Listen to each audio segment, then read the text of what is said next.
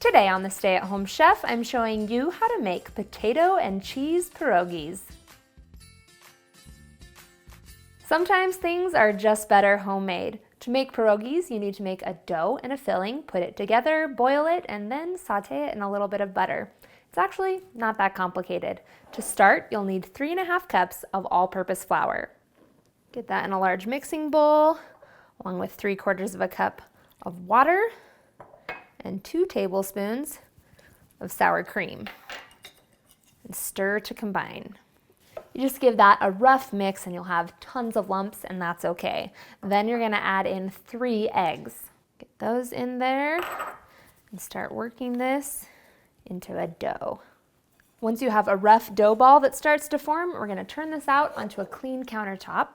Scoop all it out, and we'll start kneading this by hand.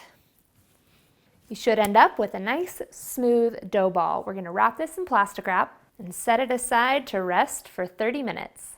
While the dough is resting, we'll put together our filling. To start, you'll need 2 cups of mashed potatoes. You can use leftovers, or you can buy them in the frozen or refrigerated sections of your grocery store.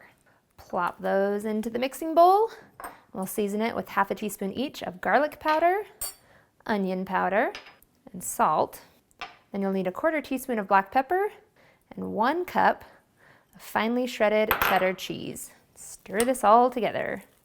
Once this is well mixed, it'll end up looking like you have orange mashed potatoes, and that's exactly what we're looking for. Set that aside, and while the dough finishes resting, bring a large pot of water to a boil. Once the dough has rested, pinch off little 1 tablespoon size portions and roll them into balls.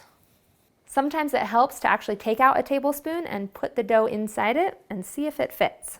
You should get somewhere between 30 and 32 little dough balls out of this. A trick that I have for you is to cover all of the dough with a damp paper towel to keep the dough balls from drying out. Then you'll take each dough ball and roll it out into a circle.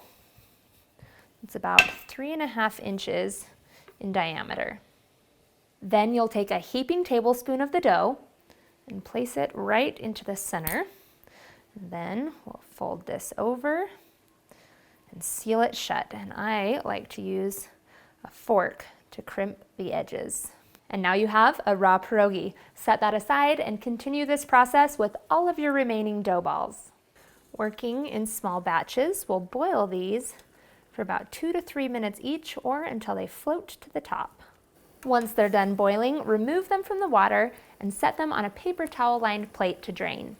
Finish these off by sauteing them in some melted butter until they're lightly browned. I'm able to saute these in the butter about 1/3 of the batch at a time. Once these are lightly browned on both sides, you're ready to eat. Serve these up hot with some sour cream and chopped chives.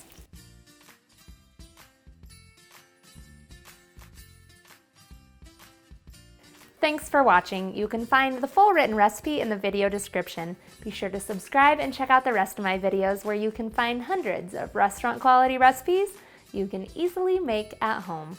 See you later.